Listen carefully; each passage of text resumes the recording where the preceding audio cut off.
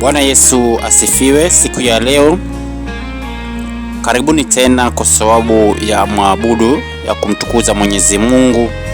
Ikiwa leo ni siku ya Ijumaa, kuna baadhi yetu tunaoenda katika mikesha, na ni vyema kujikuza kwa neno la Mungu katika ushirika wa kanisa.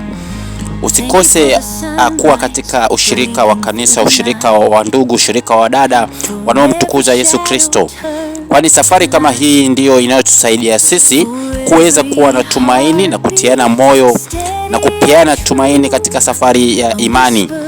Kwa sababu tunapoangaza katika dunia hii, tunajua kwamba tutapitia changamoto na tutapitia pingamizi nyingi katika ulimwengu wa dunia, ila tunapokuwa katika upamoja kama Wakristo, tunajua kwamba tutatiana moyo kama jinsi maandiko ya Mungu yanavyonena katika vitabu vilivyoandikwa na mtumishi wa Mungu Paulo, ni kwamba ni vya kututia moyo katika safari hii iliyo na changamoto nyingi. Ndio huenda ukawa unapitia hali ambayo inaweza kuvunja moyo, kuuliza ya kwamba kwani huyu Mungu hanisikii maombi yangu? Lakini usivunjike moyo, usiache kumtafuta Kristo, kwa sababu Biblia inasema japokuwa yeye anapatikana.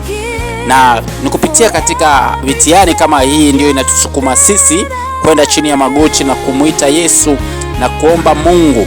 Ni kwa sababu anapotupitishia hali hizi, tunapopata ushindi, basi tunakuwa mashujaa wa imani na tunakuwa na ushuhuda kwa wale wengine ambao hali zao pia huenda zinafananishwa na zile ambazo sisi tutakuwa tumezishinda. Na ndivyo tunavyokuwa katika tumaini la imani, na ndivyo inayoitwa wokovu.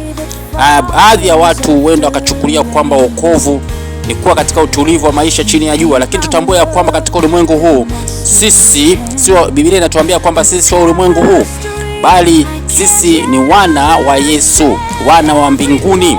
Ila kwa sababu tuko na mwili wa kibinadamu na mwili unaoishi chini ya jua, basi tunakumbana na hali ya dunia.